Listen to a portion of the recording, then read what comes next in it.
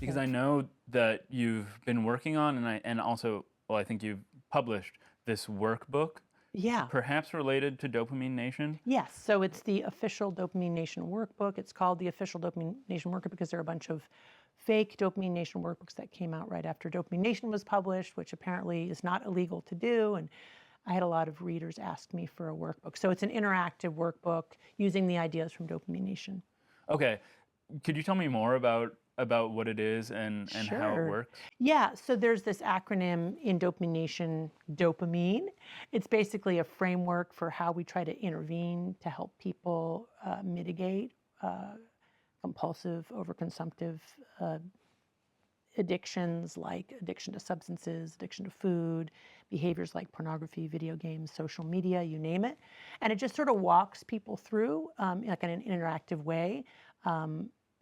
How to prepare for like a dopamine fast, what to expect, how to optimize success, what to do when the dopamine fast is over. So kind of simulating what a very specific intervention, clinical outpatient intervention would look like, but allowing them to do it either on their own or with their own therapist or counselor or teacher or parent or spouse or what have you.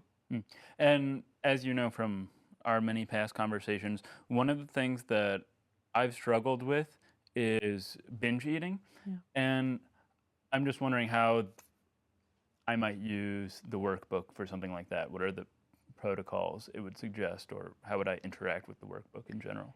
Yeah, so binge eating or food addiction is more and more prevalent now, and it's not in the Diagnostic and Statistical Manual of Mental Disorders. That is to say, food addiction is not. We have various types of eating disorders that are typically associated with various types of body dysmorphia, but really conceptualizing food as drugified and leading to compulsive overconsumption out of that person's agency or desire is a pretty new idea.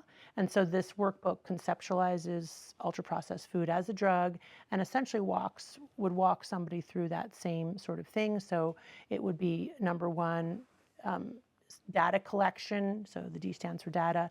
What am I eating, how much and how often? So what are the foods that really you would tend to binge on? For most people, it's things like cookies, cake, ice cream, potato chips. So what I'm thinking is There one of you the go. background There you go. tracks All right the now. usual suspects. And it can be very nice and validating for people to know that, that is also what other people struggle with. Again, getting to this idea that the food itself is drugified. We don't tend to binge on broccoli, right? People with severe food addiction, sometimes. right? The compulsive behavior becomes sort of global, and then it's just eating till you're sick, even if it's broccoli, right? So, but that's typically end stage. It sort of starts with this very reinforcing food, which not only provide calories, but releases dopamine in the reward pathway. It's very clear that sugar, for example, lights up the nucleus accumbens, which is rich in dopamine-releasing neurons. So it would be you identifying that, becoming aware of it, identifying why you do that. So what are some of the emotional needs or goals that you're hoping to achieve, identifying problems associated with use, including, is it working for you? Because a lot of times drugs will work great initially and then stop working or even start to cause the opposite, or health problems, or if you're engaging in purging behavior, that can have a lot of health problems associated with it too. For example, vomiting or laxatives or what have you. And then kind of the whole focusing on a period of abstinence. And when it comes to a food addiction, obviously we're not recommending not eating.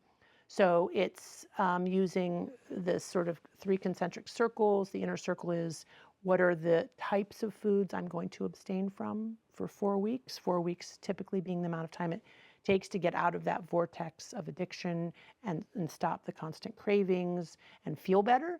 So that would go into that inner circle. Then the middle circle is, what are the foods or behaviors that will trigger a desire to want to eat those foods? It could be watching YouTube videos of people eating those foods, right? Or advertisements for those foods, or going to a certain aisle in the grocery store where those foods are available. So that would be trying to avoid those triggers. And then that last circle is the approach behaviors. What are alternative things that you can do that are more healthy and adaptive to help cope with emotional distress, including the emotional distress of withdrawal. Because withdrawal from the universal symptoms of withdrawal from any addictive substance, including food, are anxiety, irritability, insomnia, depression, and craving. And what we try to really communicate to people is that when we first give up our drug of choice, all of that gets much worse, but it's not going to be forever. Once the brain begins to reset itself and you get to about week 3 or 4 of abstaining, you start to feel better. You're not constantly thinking about using, your drug of choice, in your case, eating potato chips. It starts to really recede in the background. It gets easier and easier as time goes along. And that's true whether you're trying to give up cigarettes or cannabis or pornography or, whatever it is. So kind of walking through that process. And then, of course, what to do afterward, which is, okay, now that the dopamine fast is over and I'm feeling better, do I want to go back to eating potato chips? And if so, very specifically, what is that going to look like? When am I going to eat potato chips? With whom? In what circumstances? How much? How often?